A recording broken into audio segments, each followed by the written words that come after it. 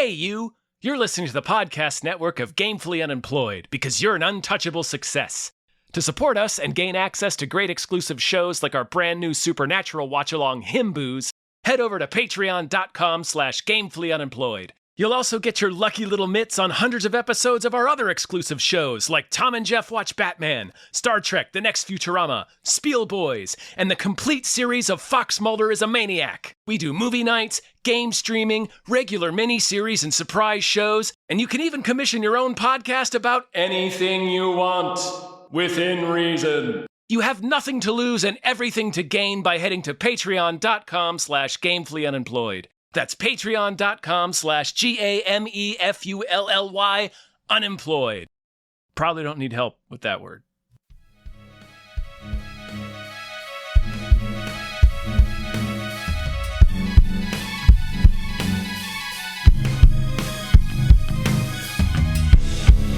Hypecast mit Tom Reimann und David Bell.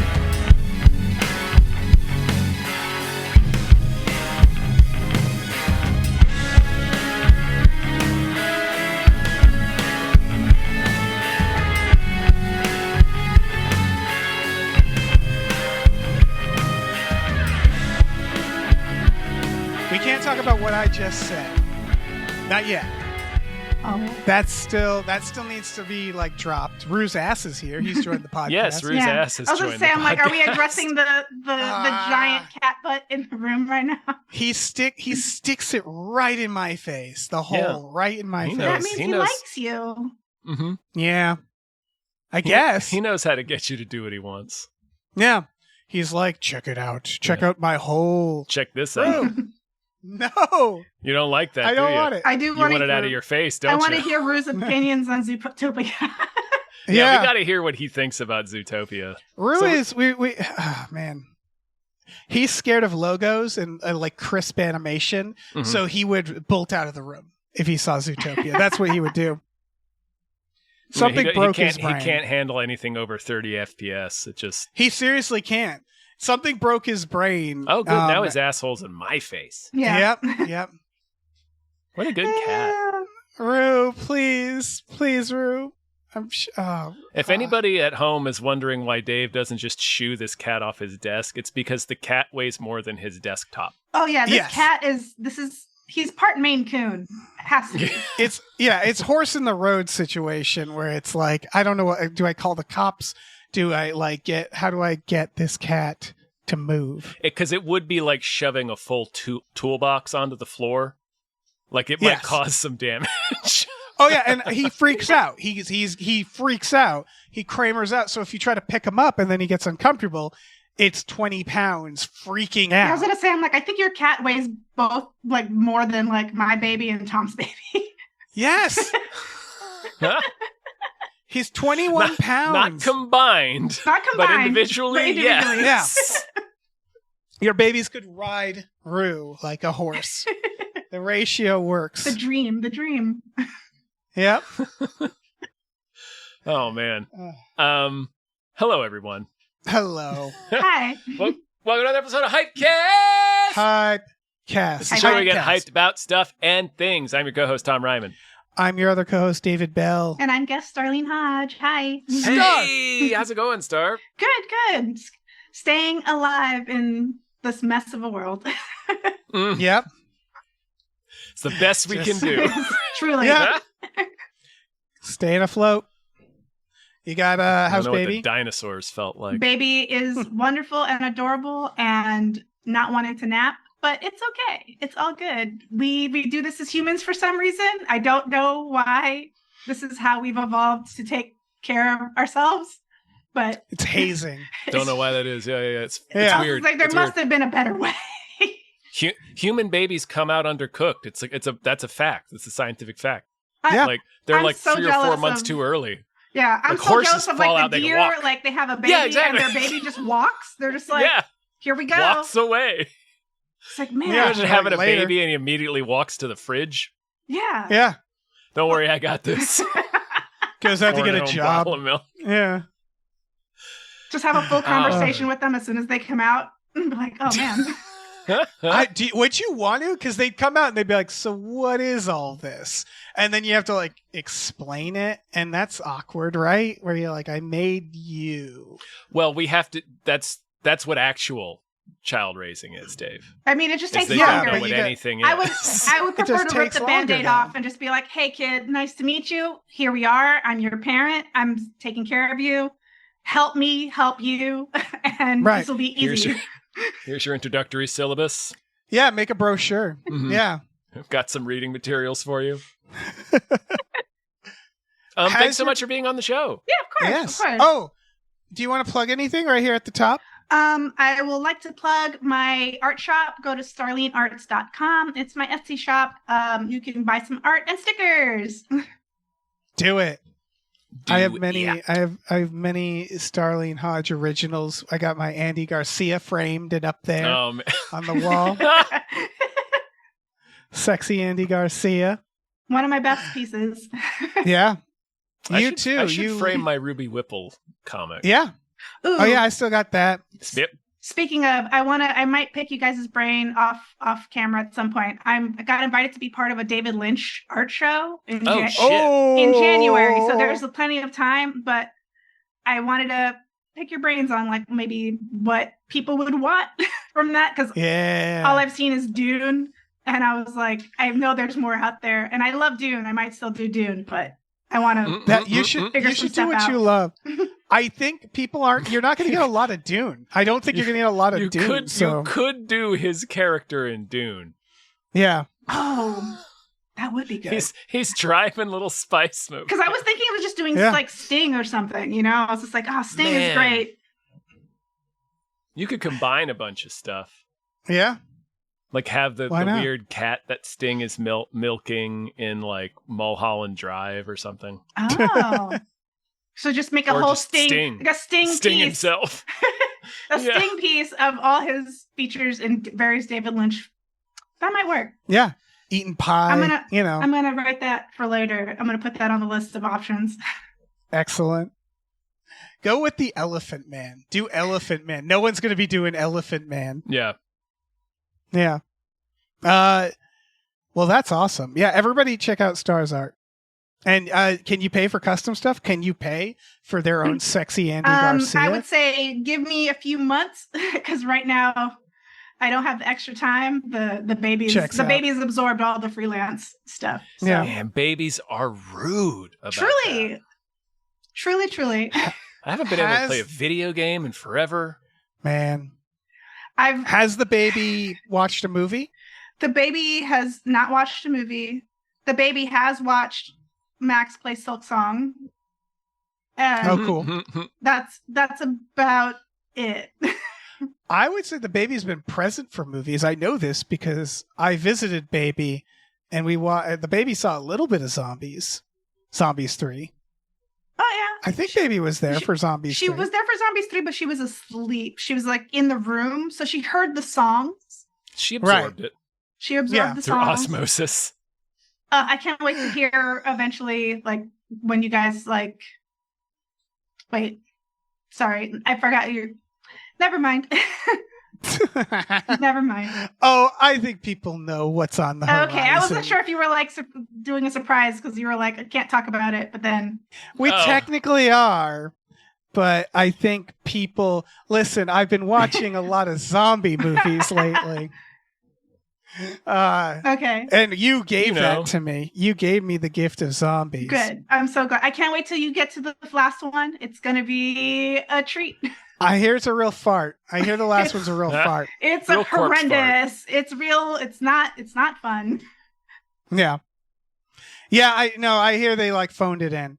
I hear that like I'm going to be offended in terms of like this does not meet the standards of Disney's zombies. No. The high standards. They really It's the worst send-off. They tried to do a send-off and it flopped. It did not work.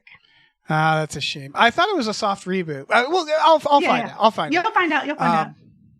That's all a different podcast. Have you gotten to see any movies since Baby? Tom gets to like professionally watch movies. I saw Sinners. I got an excuse. I worked myself up to watch Sinners. I waited till after Baby because me and horror, we don't get along. Yeah. And I didn't want to be scared and accidentally go into labor. So I waited. Fair enough. And it was excellent. Loved Sinners. Still spooked me. I didn't like the scary parts, but I loved everything else. Yeah. I think there's some good spookiness in it. I think that's about it. I don't think I've seen It's pretty good. Much else. I've seen a couple That's not bad. animes, but that's about I always throw those in. Yeah. But yeah. that's about it. Well, you've watched K-pop Demon Hunters, right? Yes, but that was before Baby. Okay. Yeah, that came out like a week before. I didn't know that. So she's definitely heard the soundtrack. Love the soundtrack.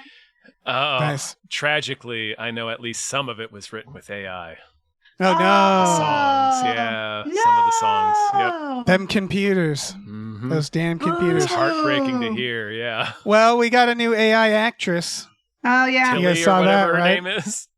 Yeah. Every person that is part of that homunculus should sue them into oblivion. Oh, yeah. Mhm.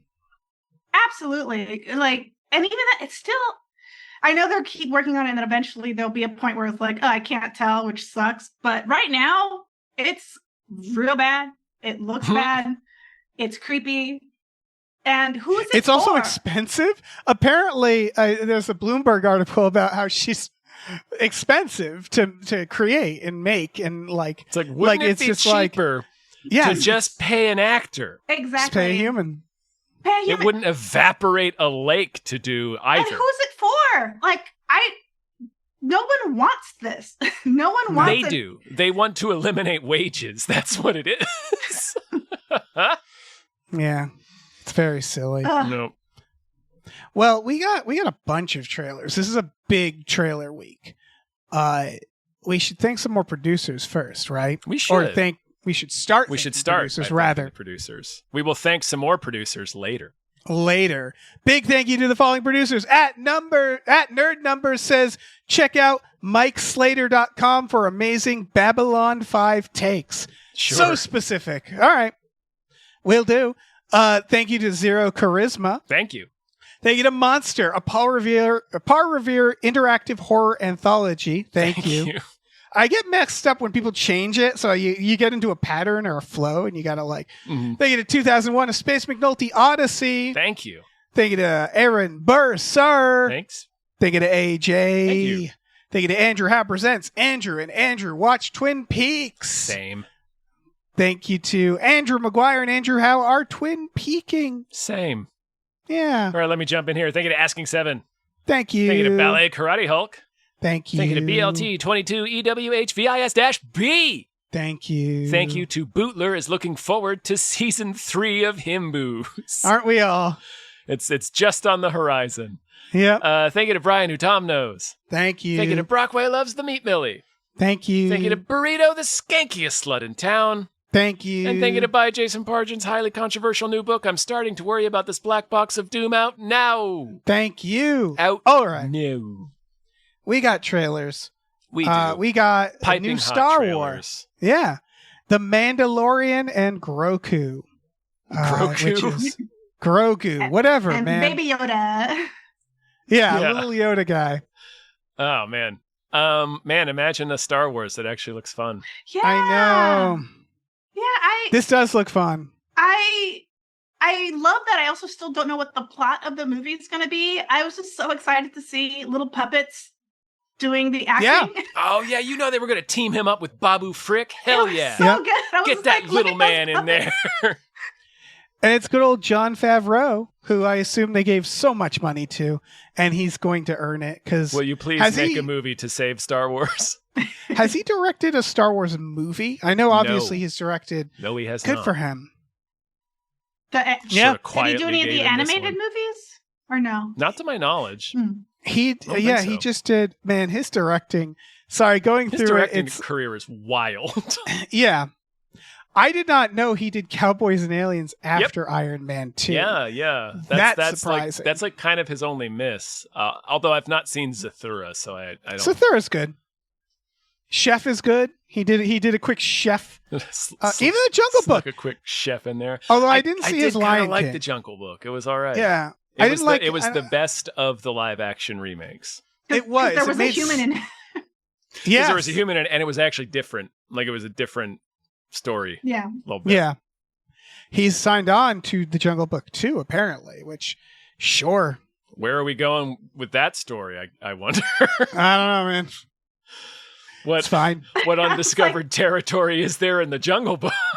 Yeah. It's his kid gets lost in the jungle. Mowgli dies, and then it's his kid gets raised by the same animals. Yeah. This has Sigourney Weaver in it. I saw. Which awesome. makes me happy. Yeah. Has she been in a Star Wars before? Mm-mm. Okay, I was trying to figure out. I'm like, I follow Star Wars, but I can't watch every single TV show that they put out. Same. So I wasn't sure if she had like popped up in like another. I don't think so. Oh, that's a good yeah. question. Actually, I pretty confidently said no, but I've not seen most of the TV shows. So I mean, looking at her IMDb, it doesn't look like it. Cool. I think it's weird. It's like when you see her in it, you're like, oh yeah, why isn't she in a Star Wars? She could have been in a Star Wars. She could have been in the prequels. You know, like she could have been in any Star Wars. Right. That's why I was just she seems like she's supposed to be there. And that's what I was like, did I miss her? Yeah, and I mean, I love her. No offense to Sigourney Weaver, but she seems like she firmly is on the Imperial side of Star Wars. Oh, like I don't see her playing a rebel. As soon as you see her in the trailer, you're like, oh, she's a bad guy. Oh yeah. That's clearly how you use Sigourney Weaver. Yeah. She's probably hiring Mando to do some nefarious thing. Something, pretty fucking nefarious. I think this is basically Lucasfilm, Star Wars has the yips, right? Like they like fucked up those movies so bad because they dove into it so confidently, and they were like, we don't even need a script. With no They're gonna love it. Yep. Yeah. Not even a rough outline. And then 6 years of them not making a fucking thing for movies, and they've become like a weird TV show. Mm-hmm. And I think this is the right move, right? Where they're like, everybody knows The Mandalorian. Let's do a Mandalorian movie. Let's see how that goes. But I would like to see next them go like, okay, and here's a new story as a movie. Yes. And we're not going to freak out. We're not going to put one out every goddamn year. But like every 3 years, you know, like give us time to appreciate it. Honestly, this is kind of the next best thing in my opinion, because like The Mandalorian was like the first original Star Wars thing in a while. Mm-hmm. Yeah. And this one still kind of looks like, I mean, obviously they brought Luke in to like season 2 or whenever that was. Yeah. But this one still looks like it's mostly, it's kind of its own thing. It's like a one-off story. It has nothing really to do with the Skywalkers, which is... Yep. Just can we get away from that family? Please, yes. They did we bring have that done motherfucker that story in. to death. Well, you remember they brought him in for season 2 or whatever. Because Yeah, The Mandalorian, I dropped off. It fucked up. It fucked up royally. It was so good. And then I put on season 3 and they're like, so as you know from Book of Boba Fett, the show you were supposed to watch. Oh yeah. They continued. Yeah, and I was like, oh, we're done. Because it was like, what the fuck is wrong with you guys? Don't make it so that I can't enjoy one show without watching the other show. The last 2 episodes of the Boba Fett show were essentially like 2 missing episodes of The Mandalorian. Yeah. I turned on season 3. I was like, I don't know what's happening. Why don't I know what's happening? And I like went back to a recap of season 2 and I'm like, I remember all this. Why don't I remember what's happening? And then I had to look into it. They fucked it up. Yeah. Like it's so, I was so excited for it. And I was like, what oh, happened great. to Gina Carano? Yeah. Oh, yeah. Where did she go?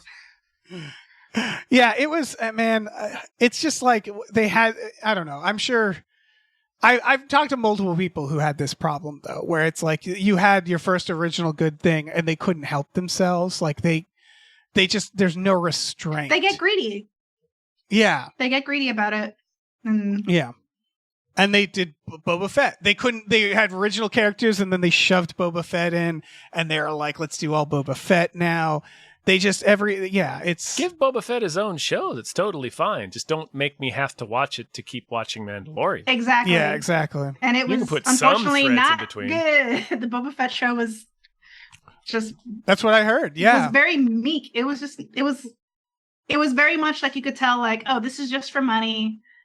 Like, there's no like joy in the like. This is the story that we need to tell. Like, it was just like, eh. Yeah, I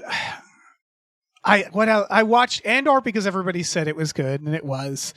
I think I watched a little. Is the Acolyte the one everybody hated? Yeah, I kind of want to go back to see Acolyte. I didn't watch that one, and now I feel like I should have watched it.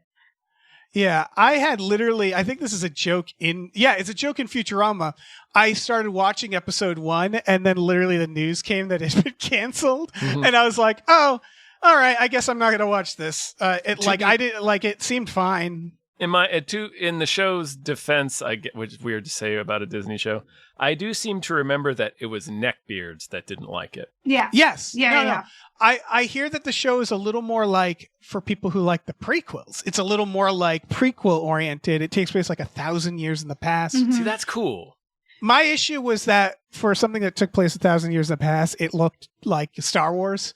And it was like, well, do something different if you're making this take place so far in the past. Well, because Star Wars has established that like the past is more tech heavy and more polished, and then the closer you get to the present, it gets grimier. It all falls apart. Yeah, right. And they didn't really do that. I felt like from what I watched, I didn't watch much of it, so obviously it seemed good. Yeah. I watched the Obi-Wan show. That didn't need to happen. Yeah, I liked the Obi-Wan show, but it wasn't the best show. I really liked the actress who played Leia. I thought she did a really good job. She was good, yeah. But it was, I was just happy to see what's his face be Obi-Wan again. And I'm like, oh, this is nice. But it's just that they've been keeping the ball in the air. That's it. Yeah. They've just been like, and this is nice. This looks good. I mean, Jon Favreau will make a good movie. That's usually what he does. But I do wish they were like, let's actually take a swing here. Let's do it. That said, I don't mind them doing these little like one-off stories about their popular characters. That's totally fine. And I think so too, I think a streaming TV show is the best format for that. Yeah. You know what I want to revisit is that Han Solo movie. I bet that movie's kind of fun. It's not bad. Yeah, it's the Han Solo of it all. It was okay. It was just like if it was about any other character but Han Solo, it would have been really new guy. fun. Yeah, don't. Oh, he got his name because someone wrote down Solo. That's the thing I'll say about by it. Yourself. I guess Solo. It is like, oh, come on. It is mostly forgettable. Yeah. In their defense, George Lucas, who is the king of naming things, was like, I want to make like a rogue character who goes it alone. Han Solo. And it's like, fuck's sake, George. Sure. Yeah. But we don't need to see him. I know. It's just very funny that they saw the name and they're like, we have to explain the name. It's too stupid of a name. You don't have to ever explain the names. Just let them be dumb names and we accept it. Yeah. It's fine. Skywalker. The fuck? Star Wars is such That's a spaceman's name. Do they know they're spacemen? But I will say Skywalker works because of like humans, like how many last names do we have that are just like somebody's old job? It's most of them, actually. Oh, yeah. Names are stupid. Names are generally stupid, for sure. Star Wars, though. Yeah. I've said it before. It's called Star Wars. I don't know what you expect. I was literally looking at the IMDb for this new movie, and I saw someone plays Imperial Warlord, and I instinctively assumed that was the name of the character. And then I was like, oh, no, we're probably describing what he is there. But it could go either his name way. would be like Warg Lordus or something. Yeah, yeah. And Jeremy Allen White is a Hutt in this. I like exploring the Hutts. I think the Hutts... the Hutt in the Fight Club pit fighter hut.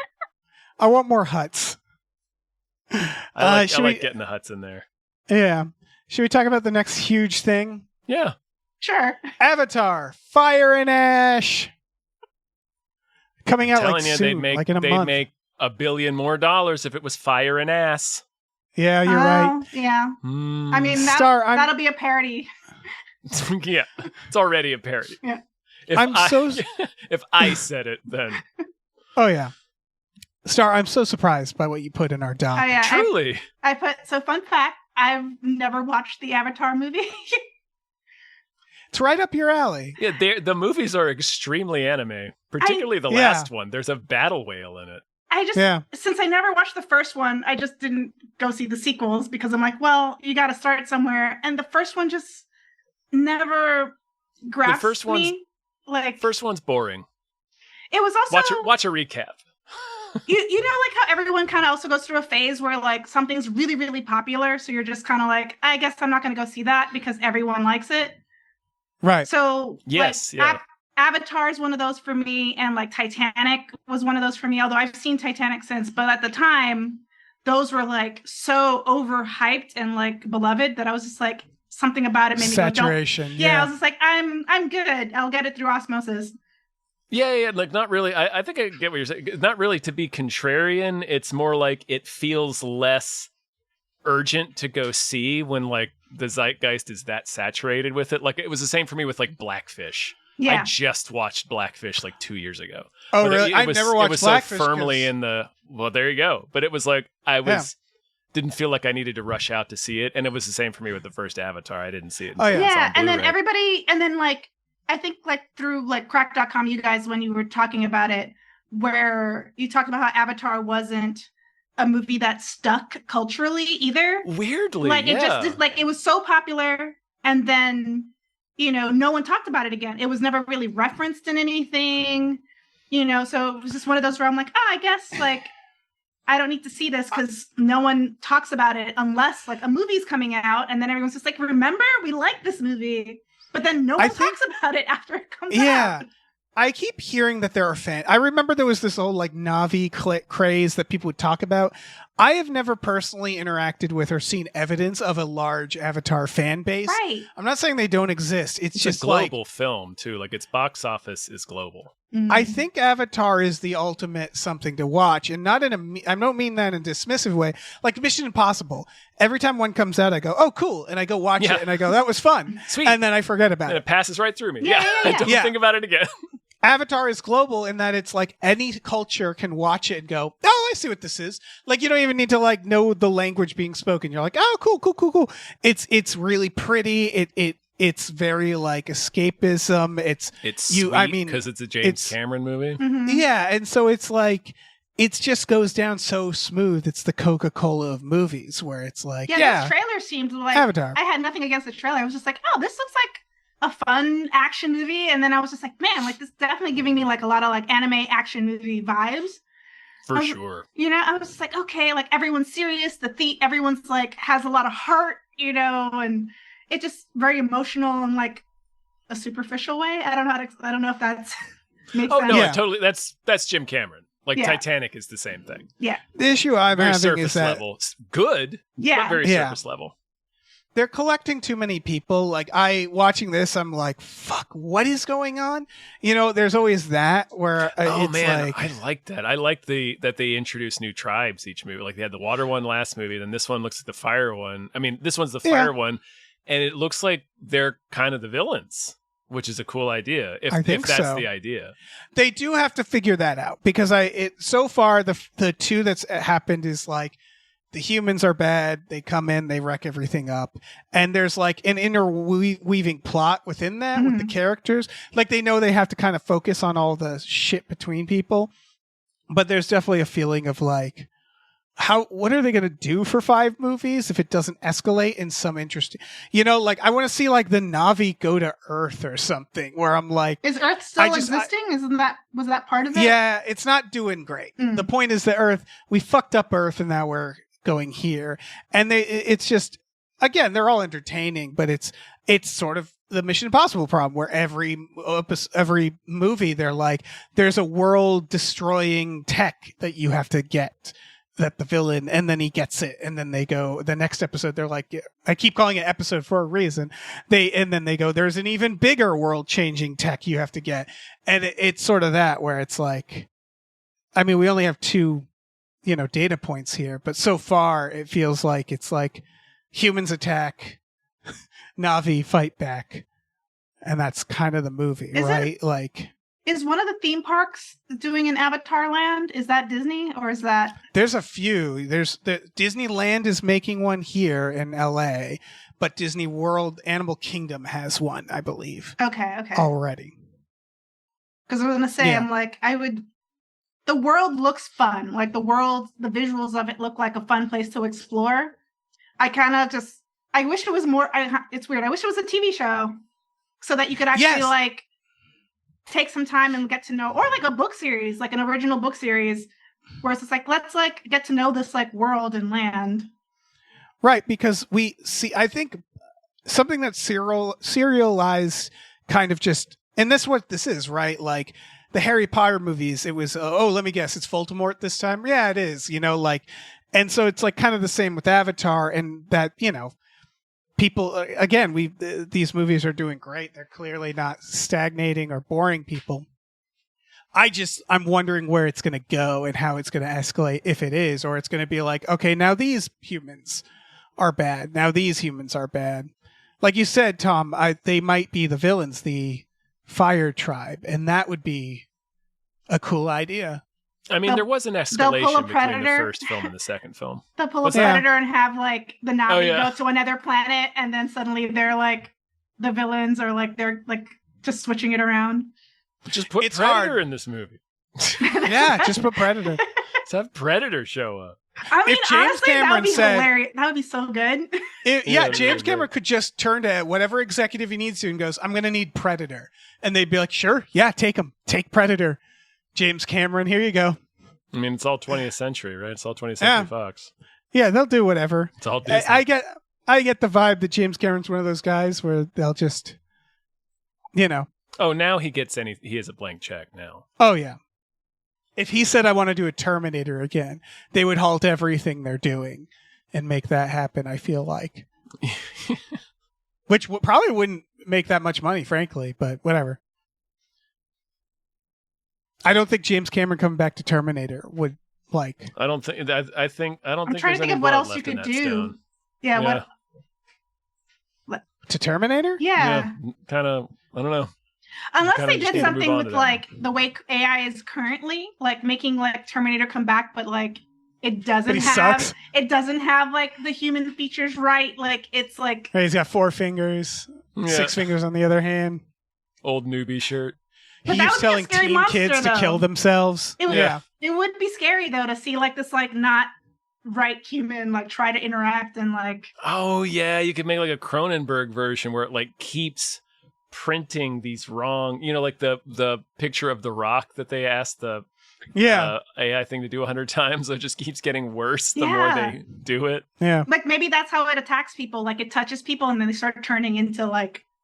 Oh, yeah. These like things. I like the version where it doesn't attack people. It just makes everybody feel uncomfortable. Mm-hmm. No one wants to go near it. It's way too hairy and it smells. Should we talk about Zootopia 2? Yeah. Yes. Zootopia. They had this thing they could have done. Did you guys see the first trailer to this? They did a teaser that looked like the Disney's Robin Hood intro. Like the white background stuff? Yeah. I liked that one more. I was more excited about seeing it with the teaser. And then after seeing this trailer, I was just like, this feels weird. Apparently Mac is in this. Was he in the first one? Macaulay Culkin? I don't think so. Oh, he's in this one, baby. Is he the snake?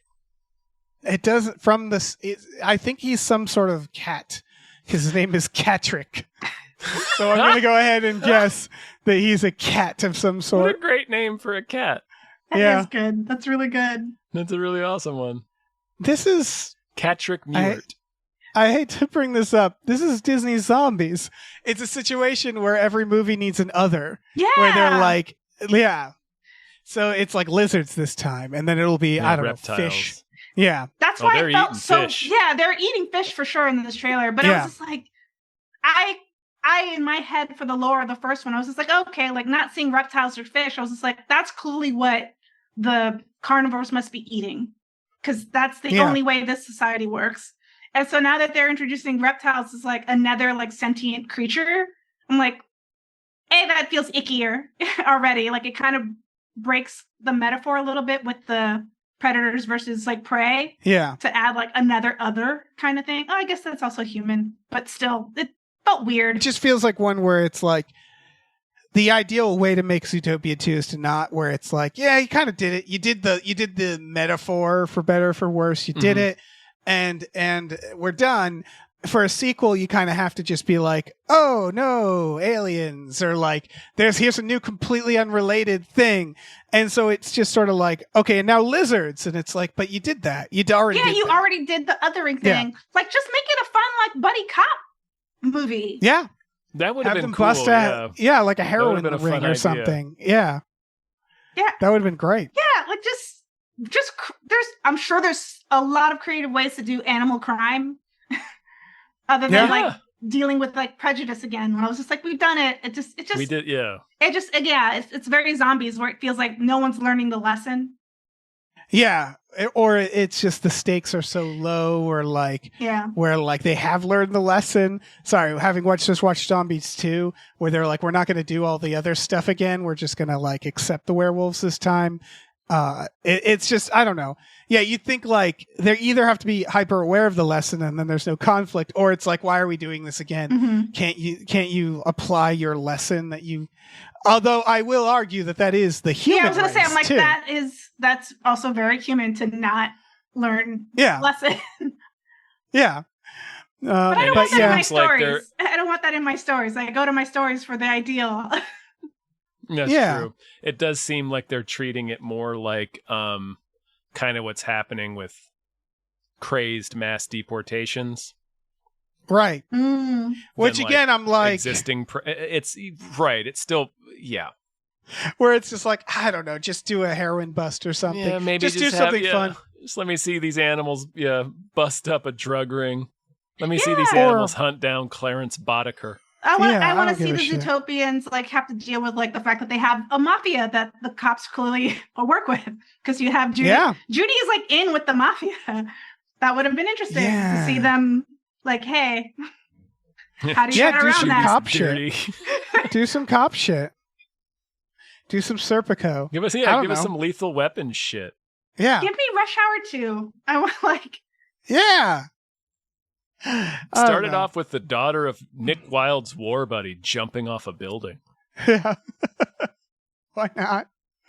Fuck it. I'm sure it'll be fun.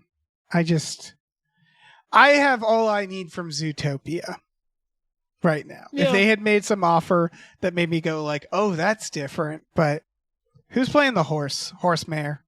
Oh, I don't know. Is it Brad Pitt?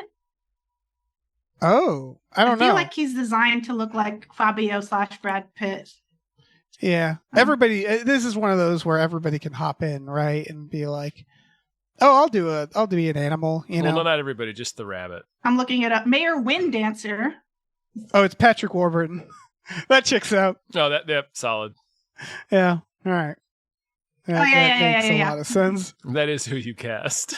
Yeah. Alan Tudyk's there. Oh, of course he is. It's a Disney movie. Yeah. Oh, Brenda Song's also in there, so they got the happy couple. The Professionals there. Shakira, which she was in the first one, right? Yeah, she played was the pop star. The pop star Antelope lady. Ke Kwan. Yeah, Ke Kwan's there, which I assume he wasn't in the first because I don't remember him in the first one. He had his big comeback. Yeah. Bonnie Hunt's there. Idris Elba was there in the first one, I believe. Yeah, it's Chief Police. Yeah.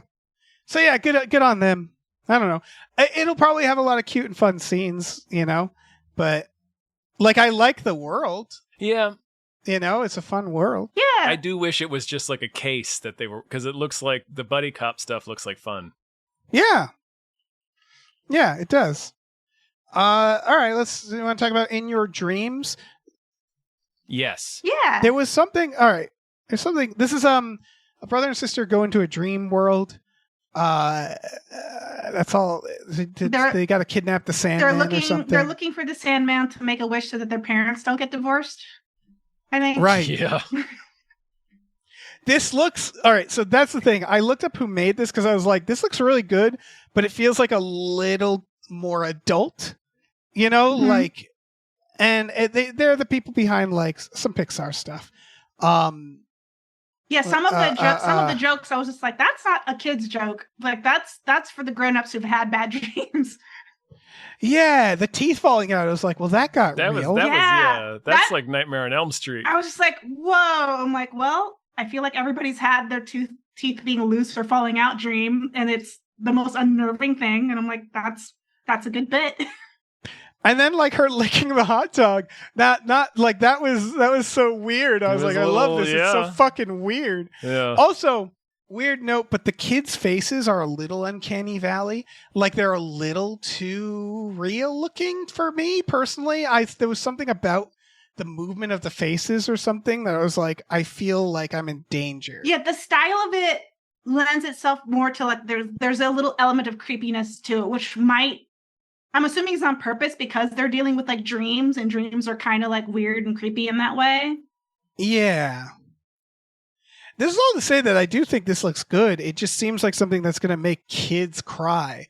Like and not in like the sad way, and like the I'm in danger way. Weird, uncomfortable way. It looks a little Don Bluethy. It also depends on how it ends, because I'm like, I kind of hope that at the end of the movie, the parents don't get back together, because that would be a weird lesson. Right, it's like the ones where the kids bring back their dead father, and you're like, well, certainly it won't work out. And then, what was that, Onward or whatever? Onward, it was like for 10 minutes. They bring back his pants. Yeah. Yeah, they were able to talk to him for a day-ish. They handled that well, He was able to talk to him for like 5 minutes. And remember, that was like the thing at the end, is he never met his dad, so he gives the time to his older brother, because his older brother was the one that actually needed to hear from his dad. You're doing okay. Yeah, but it's one of those premises where you're like, they better not just bring the dad back like from the dead. Was that the Pikachu? Did you just say that? Mm-hmm. Yeah. I was just like, didn't they brought the dad back? Straight up brought him back from the dead. It's a weird choice. Weird choice. Stuff. Some of the kids watching this movie maybe have dealt with death. Yep. By the way, I don't know how to pronounce his name. The guy who plays Sandman in this is the warden in the Mummy. Who's like, who's hanging Brendan Fraser. Oh. Yeah. He gets eaten by the bugs. Yeah, good for him. Yeah, sweet. I will Plays admit, like a premium scumbag in that. When they said that they were going after Sandman, I was wondering if this was like the Neil Gaiman Sandman thing. I was like, is this like one of those side stories connected to That'd be weird. Yeah. I thought it was like a modern adaptation of that really old comic strip Little Nemo in Slumberland. Oh, yeah. This is kind of a similar concept. I will say this premise is confusing. And what I mean is like Nightmare Before Christmas, it's like, okay, there's a bunch of doors and trees. Got it. This, I'm like, did they just take a lot of NyQuil? Like, what happened to put them in this world of dreams? Why is her brother the Dream Master? Didn't he have like a book? He had like a book, right? In the trailer? Okay, yeah, a book about the Sandman. So maybe the book does it? Or the book has like, do sleep like this and you'll enter the thing. It just feels like the brother's magic. like... There's a If the brother's like, I made us some special potions from the stuff I found under the cabinets that'll make us sleep forever. These mushrooms were growing in the backyard. Yeah. Anyway, Craig Robinson's also in this as Baloney Tony, which I assume is... That's the doll. The little doll. Yeah, they name him in the trailer, Yeah. It looks kind of good. It looks fun. I think I'm going to like release. This. Yeah. I want to give it a shot just also because the animation does look different. I'm very much like at the point of like, I want all the animated movies to not look like they're all made in the same place. Speaking of Disney. Yeah. So for sure. Anything that has like a slightly different style, I'm kind of like, I'll reward that with a watch. Yeah. Okay. Speaking of making kids cry. Here's the biggest trailer of the week. The Hand That Rocks the Cradle. This is a remake of the classic 90s domestic thriller. This is the director of Husera the Bone Woman. Remember that movie? No. I've watched this movie. It's a body horror about becoming... Yeah, I remember we covered it on Hypecast. Do not watch this movie. Yeah, it's a body horror about a woman learning that she's pregnant, and then her bones start cracking in weird ways. Yeah, it's very good. she's a very good director is my point, this director. Michelle Cervera. And so that alone makes me go like, oh, hell yeah. Hand that rocks the cradle. When the trailer started, I got a little anxious because I was just like, oh no, like is something bad going to happen to this baby? And I was just like, oh, I don't want to see that right now. But then it turned into like, oh no, it's just the nanny is a creep. I was like, oh, okay, this is fine. Yeah. Super creep. Oh, Micah Monroe as she's usually on the other side of creeps. So I appreciated this. And where it I was follows like, and she's get the Watcher. She usually gets watched a lot. Yeah. Did the original ever like explain why like they don't fire the nanny earlier on, or is that just kind of it's kind of a I haven't watched it in a minute. But it's sort of like a slow creep, basically, and she's kind of gaslighting the mom, and it's basically by the time she's trying to get rid of the nanny, she already has kind of like her hooks in, and it's become more difficult.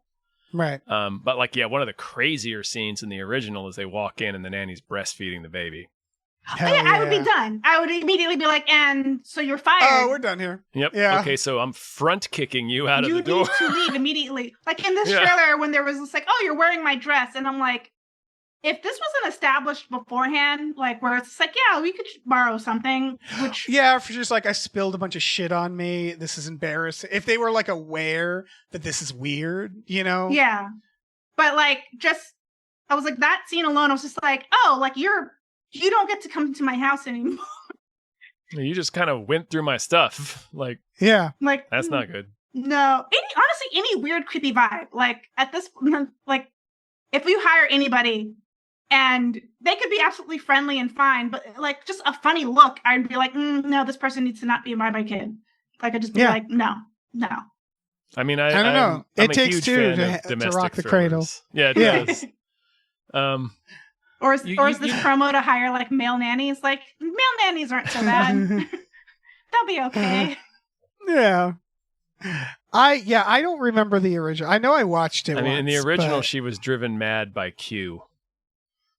Oh, I fucking remember Q in there. Oh, that's fucking weird. Yeah, we should watch that again on a movie night, and then watch this one. Yeah. I miss domestic thrillers from the 90s. Oh, yeah. Like single They're white great. female, like Star, you mentioned in the notes, and Unlawful Entry. Yeah. Striking Distance. Was Swim Fan one of them? Sorta. I would maybe count, because it's a stalker, right? So I would maybe count that as a domestic thriller. Fatal Attraction. Yeah, I'm trying to think of like, what are the like crazy white lady movies where they like... Yeah. Deceived. Oh God, there was that one with Beyonce and Idris Elba, and was it Ollie Larder? I think it started with an S. Hold on. Remember, was it Lakeview Terrace, where Samuel Jackson is racist? Is that it? That was also kind of Unlawful Entry, but it was in Unlawful Entry, Ray Liotta is obsessed with Kurt Russell's wife, Madeline Stowe, but in Lakeview Terrace, he's obsessed with the biracial couple because he's racist. Yeah. Remember The Intruder? Dennis Quaid? Yes. Intruder? Oh, man. Oh, yeah. That's a fucking movie. We do make these. They aren't like huge. No. I love that it feels like it's like a service that Hollywood fucking does. Husky Hand Job. What am I talking about? We still make Deep these. Water. Yeah. Deep Water. But it's like a service. Again, it's like it's like how there's like religious films where it's like, there's enough in an audience that we just do these. And it's just like, we have to keep this alive. Like, this is a tradition. God damn I'm surprised they haven't like mixed up this genre with like another genre. Like the Groundhog, like mixing this genre with like a Groundhog Day situation would be interesting to kind of like. Or like if Ant-Man 2, when he's on house arrest, turned into a domestic thriller. Yeah. Fuck it. Come on. What are we doing? Let's have fun with it. Mix up genres. There's no rules anymore. Yeah. Man, Hand that Rocks the Cradle. The original has Rebecca De Mornay and Ernie Hudson in it. And hell yeah. I don't remember who plays the mom right off the top of my head, weirdly. I don't know. The dad is Lloyd Braun from Seinfeld, if that means anything to anyone listening.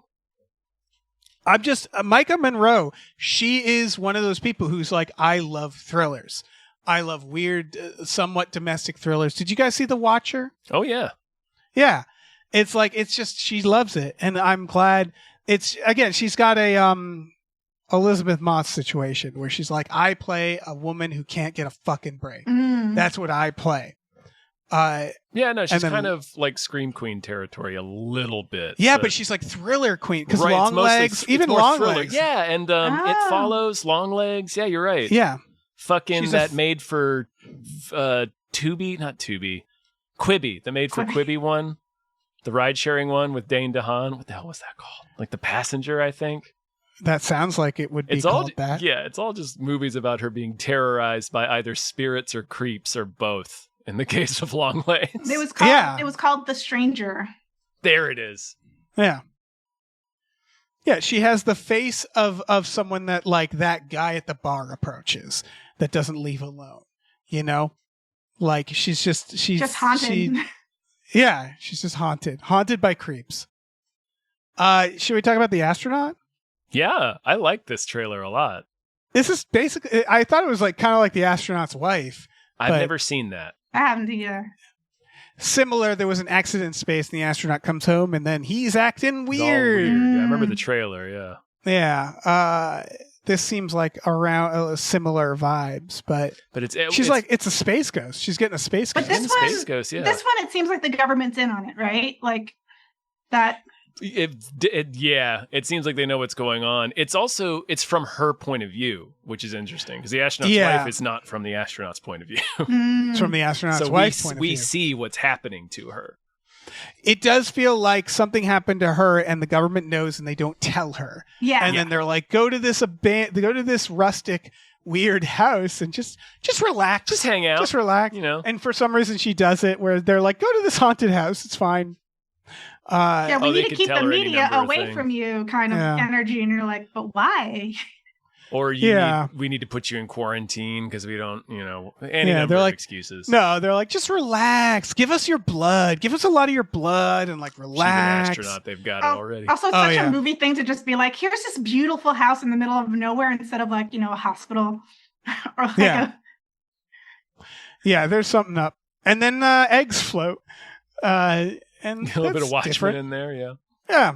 The Watchmen show. And they did Jurassic Park too, right? At the end where she's like she's like hiding in the kitchen and then there's like a monster. Right. And I was just like, that's Jurassic Park. I think that's bold. A little bold. I did like this trailer, but that's a bold shot. Yeah. There's a shot where Larry Fishburne opens like a wall in the house too. So that's like, okay.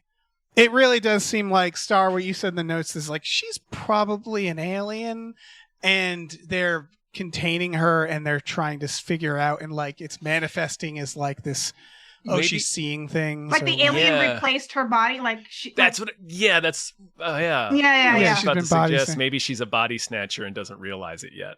Spoilers. It's like acclimating. Spoilers. There's an episode of Deep Space Nine where Miles O'Brien comes back from a thing and everybody acts really weird to him and everybody keeps like putting him off of things and avoiding him and it becomes this grand conspiracy where he thinks everybody's been like possessed by aliens and he gets away and they're all after him and then they shoot him and as he's dying a second Miles O'Brien comes out and goes like, so this was the entity imitating me, and you learn sure enough he's a body snatcher the whole time and doesn't even realize it. It's good classic Star Trek plot. Classic, but this could be a classic thing to happen to O'Brien as well. Yes, it's also part of the O'Brien torture saga. Yes, the tragedy of Miles O'Brien.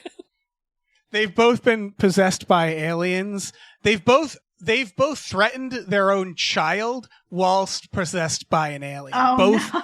Miles and Keiko on 2 different occasions has done that. And then that's not counting this time where he was body snatched. Doesn't matter. So yeah, like that's probably what this is, right? Yeah, it seems like it. Yeah, it feels that way.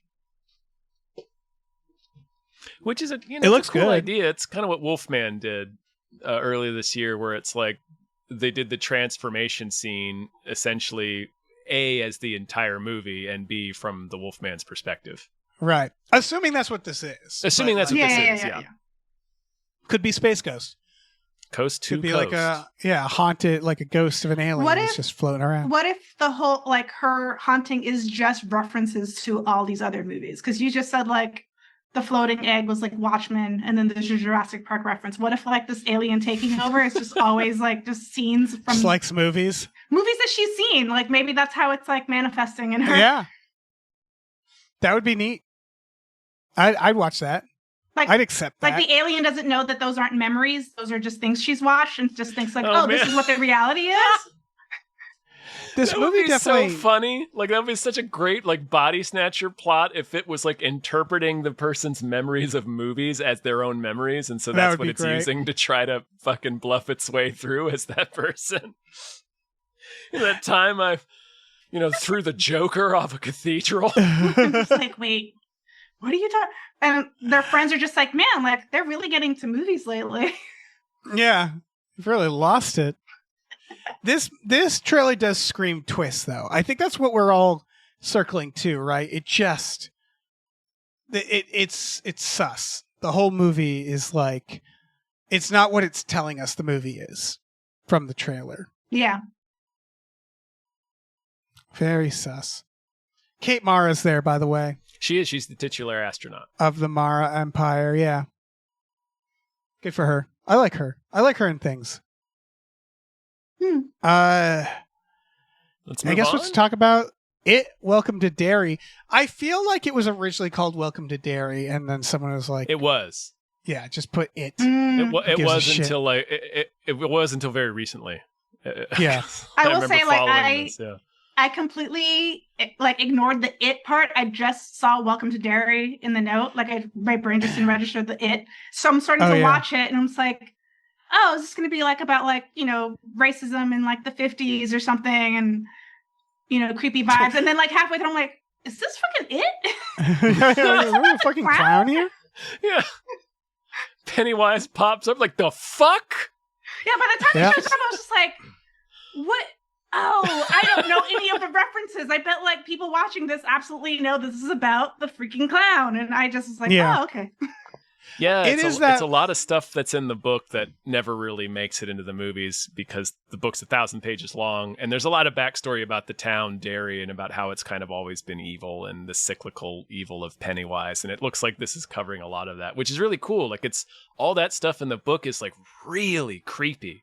I think I love that shit in the book. Yeah, me too. It's definitely one of those where like the first time you read it, you're like, I thought this was about a clown.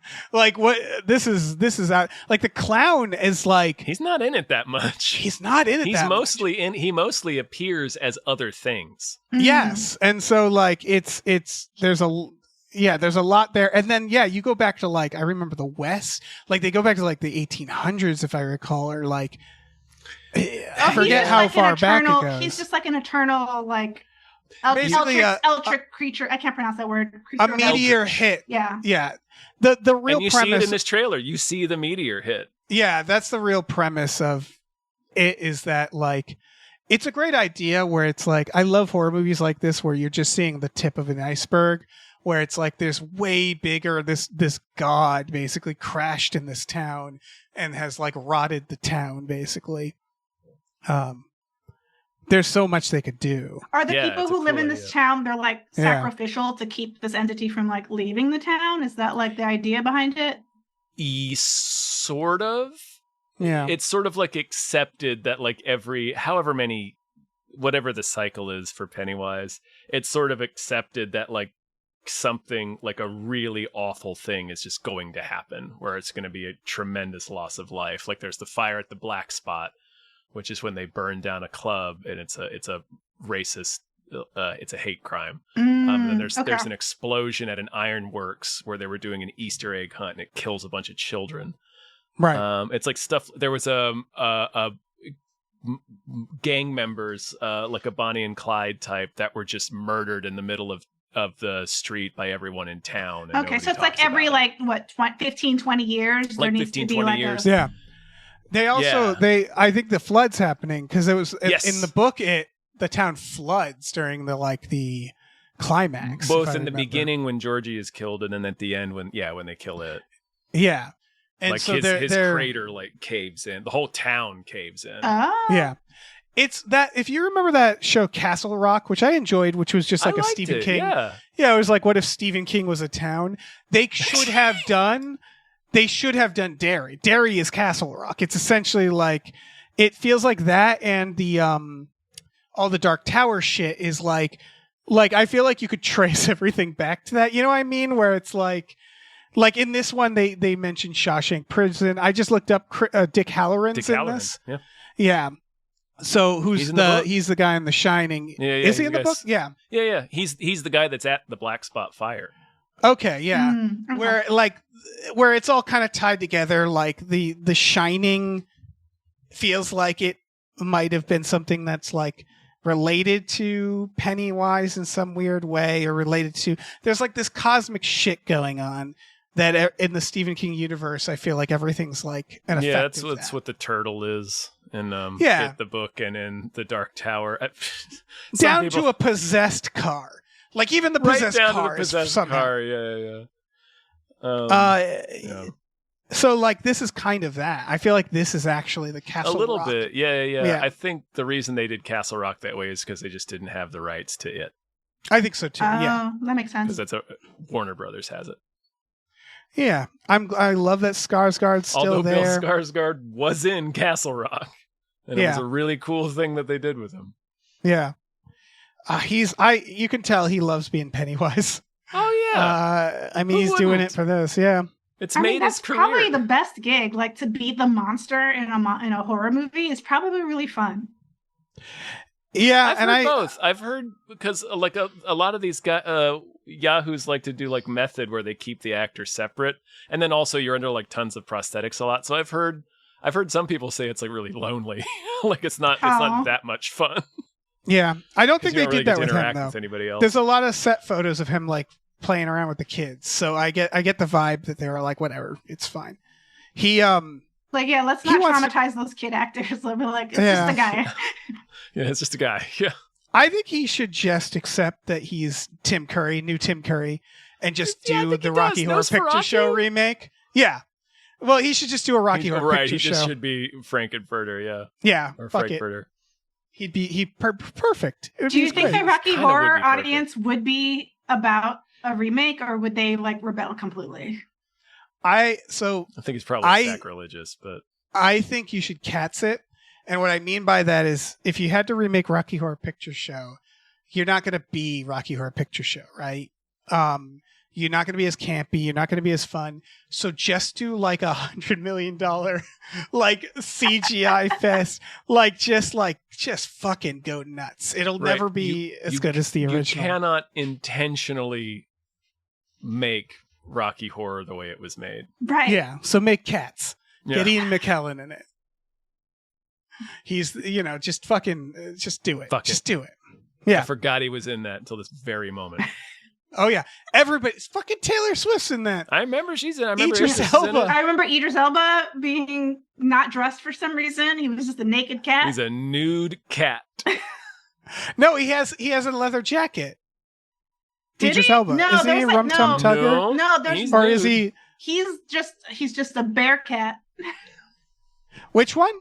He's Idris Elba. He's just a brown cat. I don't remember the names of them. I just Crap, remember what is that his some of name? them have clothes, some don't, which makes you start wondering what are the others naked. Right. He is I'm looking this up. He's McCavity. I thought McCavity. that's right. McCavity has the fucking leather jacket. I don't know. James Corden's there. Well, yeah, Fuck. he plays Bustopher Jones. And God I'm damn. looking at this image, and he has nothing on him. Fuck, man. Yeah, he Yeah. was one nude cat. Some of them are though. I'm looking at like it's like most I of think them are Mr. naked. Mistopheles just has a hat. Yeah. God, what a nightmare. We're gonna watch that Yeah, again. when you guys watch it again, I would love to watch it with you guys. That's one of Okay. those movies. Oh gosh, yeah.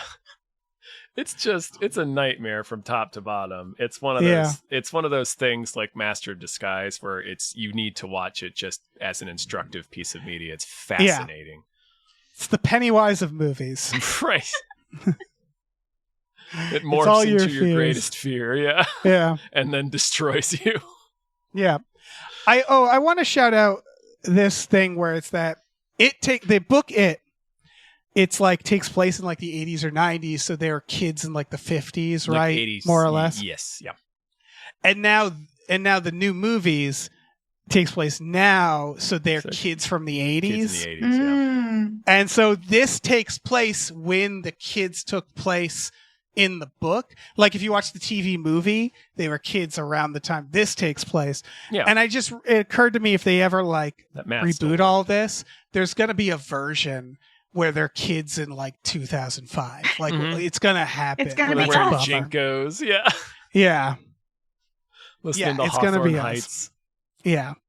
And that's a bummer. That's all. They're gonna have I flip don't know, man. I phones think it's and gonna be Game Boy sweet. Colors. Yeah. The Game Boy Advances. Yeah. There's going to be a point where the bullies won't make sense because they'll be like taking out their switchblades, cutting them, and it'll just be like, I don't know, man, just film it on your phone. You can get them in trouble. It's I fine. want to see them go on the internet with the old modem sound. Yeah. Oh, yeah. Should we talk about The Bride? Yeah. Yes. This movie's out of control. Mm-hmm. This movie looks really good. I was like, It this does, is, yeah. This is my kind of like spooky. I actually saw Yeah. this trailer last week ahead of One Battle After Another. Same. Nice. I knew it was coming up and I didn't know what they were going for. And now I'm like, oh, I get it. It's fucking crazy. It's Maggie Gyllenhaal writing and directing and starring. She's the bride? Is she the bride? No, she's not the that's Jessie bride. Buckley. Is she I in don't this? think I don't think her brother's in it. Your fucking freak ass brother's in it. I was just like, oh, Jake's in this. I was just like, Of that course makes he sense. Yeah, I like that. It's like one little shot of him. She's like, I got him in this movie. Oh, yeah. And Christian But Bale's there. Frankenstein is Christian Bale. That's so good. And you know they're just going to be fucking freaks. They're all just going to be a bunch of fucking He's freaks got the together. square head. Yeah. Oh my gosh, and the Kept the big staples scar. across it. Oh, it was it looks fun. She also kind of looks a little Harley Quinnish, but Yes, Yeah. yeah. but like in a good way. Like this is like, oh, this is what it should have like have this energy. Yeah. And they've updated it to the 20s, so they're like Bonnie and Clyde, kind of. Yeah. It's killing a dude in the alleyway. Just stomping on Fucking his head. Peter Sarsgaard's in this. Yeah, he is. Penelope Cruz is there. yeah, yeah. That's another thing. Like Maggie Gyllenhaal's like, I got my freak ass husband in here. Yeah. It's got all the fucking freaks. They're going to act the shit out of Family this. It's of going to be... freaks. This It's is going to be... they didn't need like so the rights good. to this to anything, right? Because like Frankenstein and No. all that's like public domain, so they were just like, this is something we could just do. Yeah. Pretty Nice. sure, yeah. What has she directed before? She did something called The Lost Daughter. I haven't seen her other feature because it doesn't look as Me fucking either. crazy as this. Yeah. This This looks cool. This looks like fun. this looks cool. Yeah. This looks like a better God. version of Marie Antoinette, which is Those a film that I did Gyllenhaals. like, but just wasn't Yeah. a very substantive film. It's just very stylish. Hmm. This looks like way more fun. I feel like doing a double feature of like watching Chicago and then this would probably be really fun. Yeah. Yeah, I can see that. God, this group hanging out together, they're just like, God, bunch of freaks. They're saying poetry to each other or something. Like, I don't know what they're hanging. Like, the Maggie Gyllenhaal, Jake Gyllenhaal, and Christian Bale, just those three alone sound exhausting. Spike Jonze is hanging around. Oh, he's Like, you just somewhere know in there, he's yeah. there somewhere. Yeah. Just being part of the crew, you'd be like, we're making movies. Like this feels like we're Yeah. making a movie. Yeah. Fuck. Yeah, this looks awesome. Yeah, totally. I have nothing else to say about it. Yeah, let's move on. then. All right, let's move on to The Carpenter's Son, our final trailer. Oh my God. It's Nicolas Cage playing Jesus's dad, Joseph. Yeah. At first, I thought the title was like, it's about Jesus' son. I was just like, oh, that's an interesting story to tell. Like, Yeah, What at first I thought it was like another like Last Temptation of Christ. Like Nick Cage was Jesus. And they were saying like, what if he Yeah. had children? Nick Cage has been pushing to play Jesus probably for most of his career. And they were like, what's better than Jesus? It's Jesus' father. And then that's how they got him. See, it's an even more complex role. Oh, yeah. Yeah. No, you're right. This is a horror movie, by the way. Oh yeah, it definitely presented as horror. I was like, oh, Yeah. okay. But I kind of wish it was a comedy. I think that would have been more fun. I like that the premise seems to be him being like, I think my son is like Jesus or something. Like, it's just like the son is like an X-Men, where it's like, I think he's got like weird Rosemary's powers. Baby a little bit, weirdly. Yes, because it's that where he's probably going to his wife and being like, did you fuck God? Did you fuck God? Fuck God? Yeah, what is this? My It best has that- friend? It has that energy of like when they try to tell like what if Superman was evil stories. Like it has that kind of thing of like what if Jesus was evil. Right. Yes. kind of fun. Again, it's Rosemary's Baby where you're like, shit, I bet this is like, yeah. You should do more It's got movies FK like that. Twigs, who is a person. She was She's- in The Crow. She's a remake. musician. She was. I know her more as like a singer than Yeah. an actress. She's got one of those names that makes me feel old, where you first hear it and you go, I don't know what that is. And it's not like kids these days, because like, you know, Meatloaf was something. Mhm. Someone was like, I'm Oh, yeah. Meatloaf. But it's just like when you would hear like the local commercials for a concert and they would say stuff like this, like the bad boy recording artist, the Notorious Big. yeah. Yeah. It's like musicians are just, they're wacky. They're wacky Yeah. with the names. Yeah, because you There's have to always say gonna be- both. You have to say F.A. Twigs. You can't say Twigs. You can't say F.A. It has to be. No, FKA, Oh, I'm sorry. reading. And Twigs is in lowercase. And that's the stuff where it's like Prince with the symbol, where you're Mhm. like, guys, come on, man. Oh, well, he did that for a very specific reason. Oh, yeah, that's true. It's just like, Jesus Christ, these Because the record musicians. company said they owned I do his like her name. music though. She's Yeah. kind of got like she's like does like weird music, weird R&B. Oh, yeah. It's fun. I think the weirder their name, probably the better the music is. Like, I'm just throwing that rule out. I don't know Yeah, if I it's kind of true. liked her weirdo ass vibe in the Crow remake. Yeah. Was she the, she's the Shelley, yeah. was she Yeah. was she a Catwoman? No, that's She could be. Zoe Kravitz, I think you might be Oh, thinking okay, of. okay. She seems like a good actress, at least from The Crow. She was good in The Crow. I remember She was her. yeah, I liked her She was vibe fine, more than yeah. her performance, yeah. If Yeah. that makes sense. No, it does. We just do this thing, and it kind of offends me on principle. Where if someone's a singer, they're like, "You want to be in a movie? If you're famous enough, you get to also be in a movie." Yes. And that's that. That's And it doesn't matter how good you are. I mean, it's yeah. across that's You gotta- across anything. You got to pull a Rihanna and be in like Battleship for some random reason. And be an Yeah. ambassador. Yeah. Oh yeah, and an But I ambassador. mean we've done it. I mean, like that's Paris Hilton. Like we've always done this. Yeah, it's just Like you're very it's famous. like- Can we turn this into some sort of lucrative career? Yeah, I guess singers specifically get it more than anything else. I feel like Is it usually because they get like a song in the soundtrack?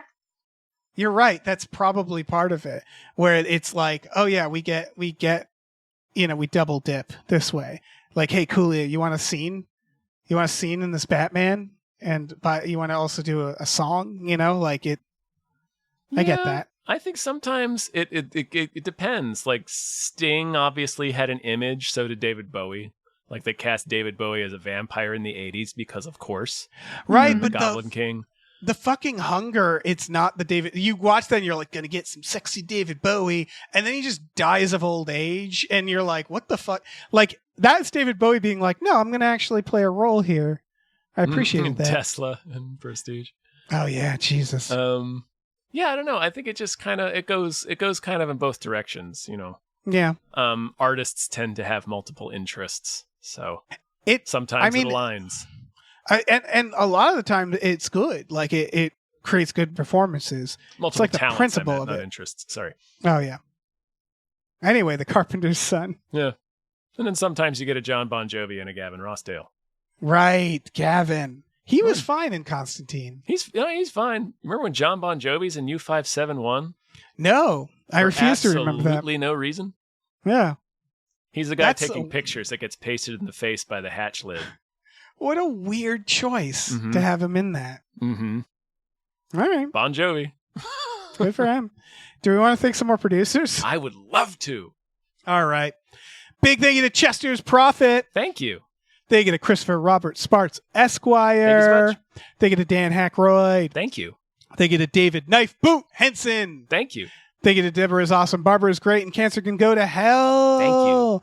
They get a Dr. Slaphammer has seen the Minecraft movie 17 times. Thank you. They get a Driftless is building a Tower of Skulls with his tracksuit ninjas. Thank you. Good use of those ninjas. Thank you to Exploding Runes. Thank you. They get a Funky J Mostly comes out at night.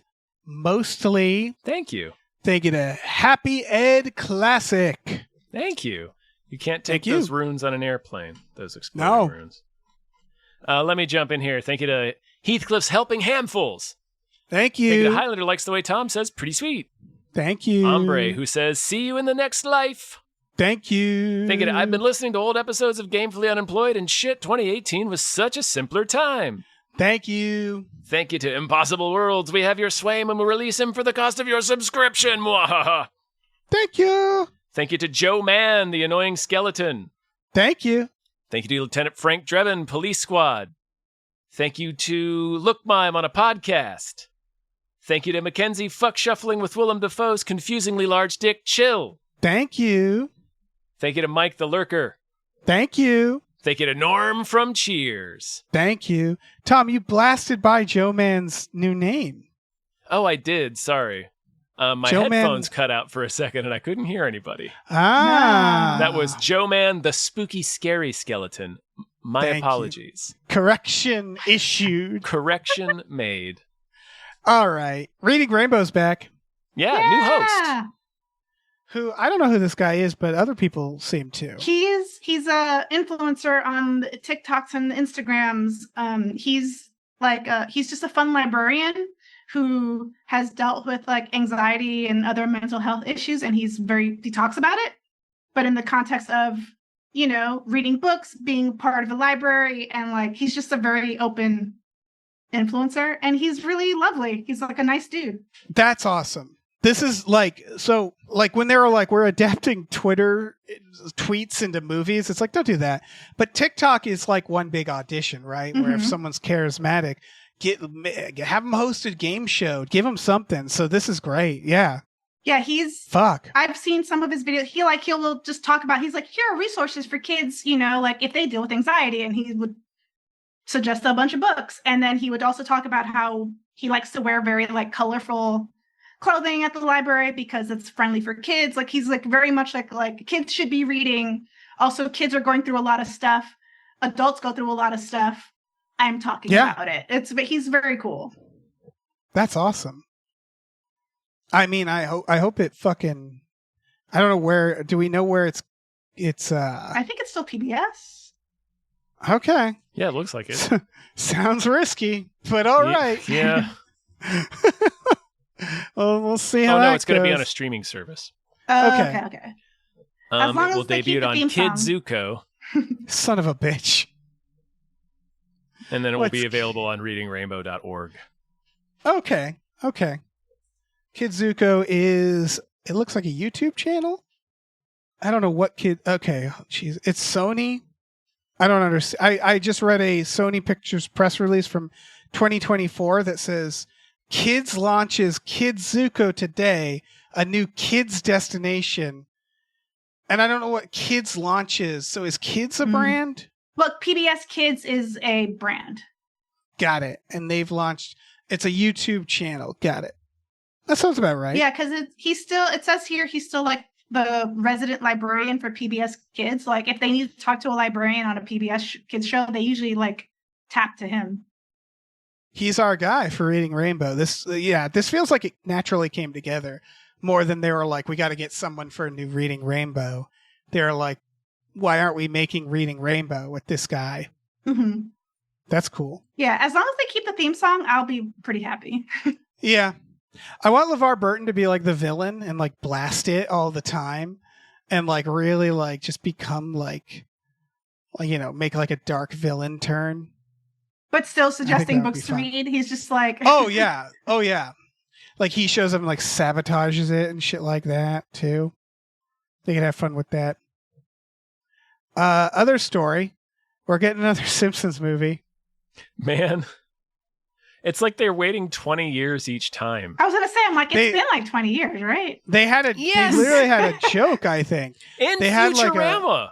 Futurama. Yeah. I mean, here's the thing.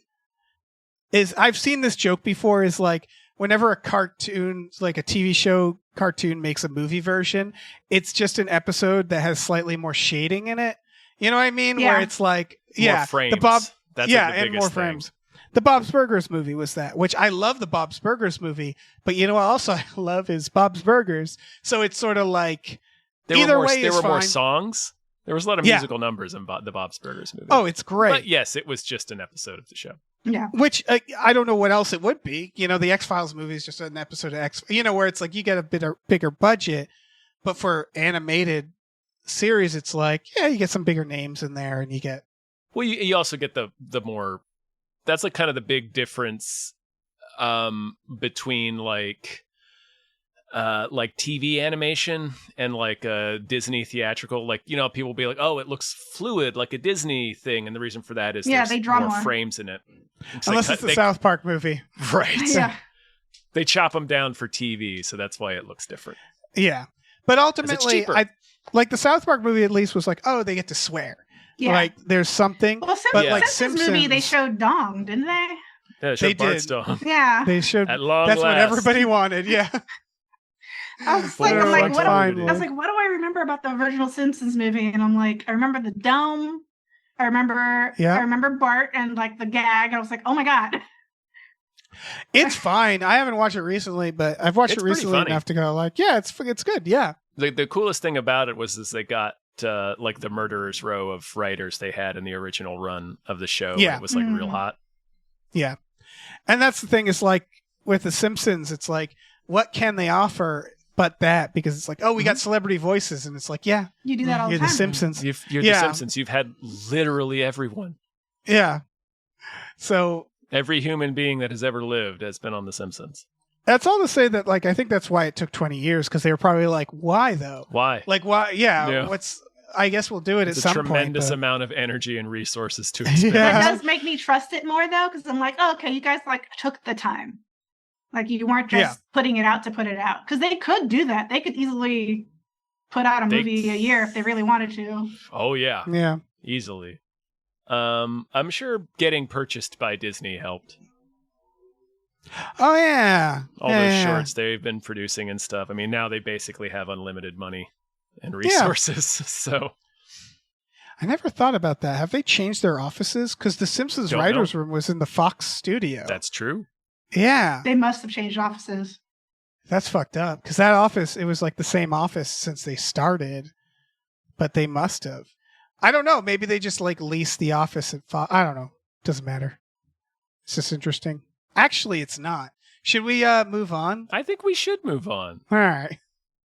Let's thank some more producers. Big do thank it. you to Norm from Cheers, Undying Love for Ridley Scott's Kingdom of Heaven. Thank you.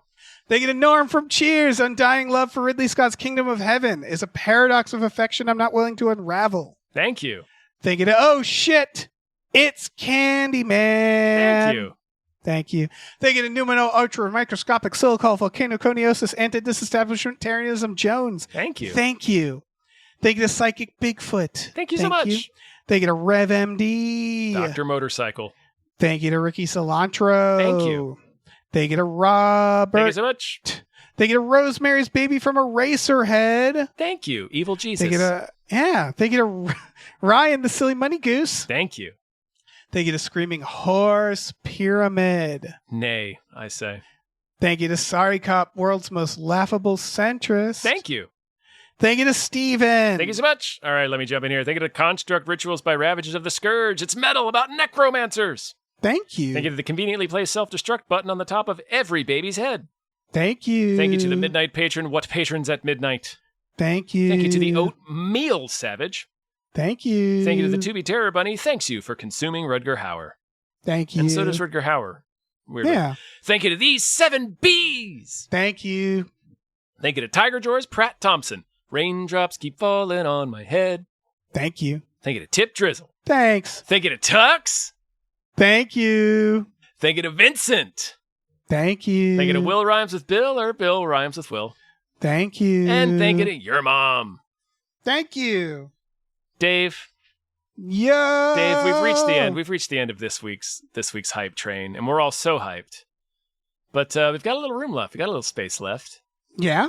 If perchance you have a movie that deserves more hype. I do. I have one of those. And we're at spooky season, so it's all horror from here on. And I have a movie that comes out October 24th in theaters. It seems like I don't think it's limited theaters, but I don't know. It's called In Our Blood. In Our Blood. So here's what's interesting about this movie, In Our Blood. It is a found footage horror movie directed by an Oscar-winning documentary director, which doesn't feel like it happens much. It's someone who made real documentaries making a found footage mockumentary horror.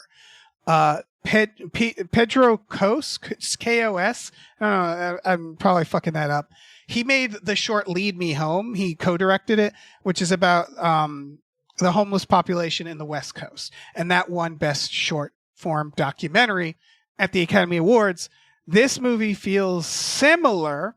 He cast actual unhoused people in this. And it's a woman doing a documentary, a filmmaker trying to find, she returns to her hometown to reconnect with her mother, who then disappears.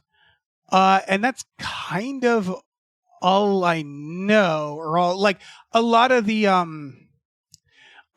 there was a lot of reviews that are like, to say too much, like, don't want to spoil anything. So they're very cryptic, but it's clearly about like marginalized communities and how they can be forgotten. And it's under like a horror movie. Like, this is very much this filmmaker's interest done in this found footage horror.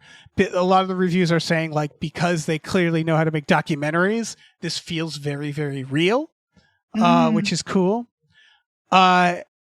And also, don't worry, it also is very, very much a horror movie.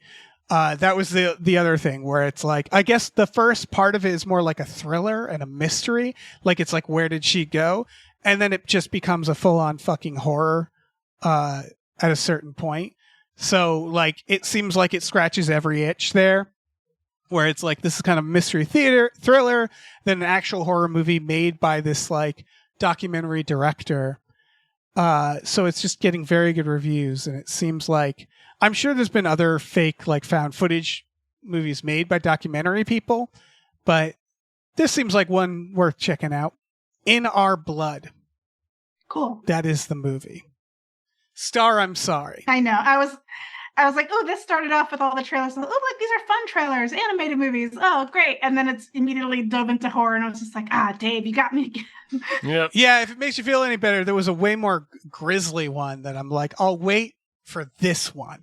I appreciate until it. Star's not there. Yeah, this one still is kind of grisly. Remake. This one had, the trailer did still have some, like, they had blood, but they didn't, like, show what was going on. I was like, oh, okay, like, this is a good trailer. You're not telling me who the monster is. Oh, yeah. Also, I think the trailer rocks. Like, it's a really got good this, like, trailer. Yeah. Yeah. It's more impressionistic. Like, it shows you a bunch of images. Yeah. Like, you see a torso in a bathtub. Fuck. Yeah. You're like, well, I want to know what that's about, I guess. Yeah, I got this vibe of, like, maybe it's about, like, people stealing organs kind of thing. But I was just like, but then it's also, I was like, but is there a monster? Like, what is... Right. It's very, like, which is good. Like, you're supposed to, but, like, what the heck is going on here? Yeah, it's... I don't know what the horror is going to be, right? Horror is such a broad premise, where it's like, it can be completely unsupernatural, or it could be fucking aliens. I don't know. Right. I have to watch it to find out. It could just be scummy organ farmers. Yeah, like Star was saying. This definitely doesn't give me the, like, listen, it's spooky season, but this doesn't feel like hey, get together a bunch of teens after trick-or-treating and watch this movie. It feels more real than that. Yeah. Definitely the sense of, like, we got to do more for people probably at the end of this movie.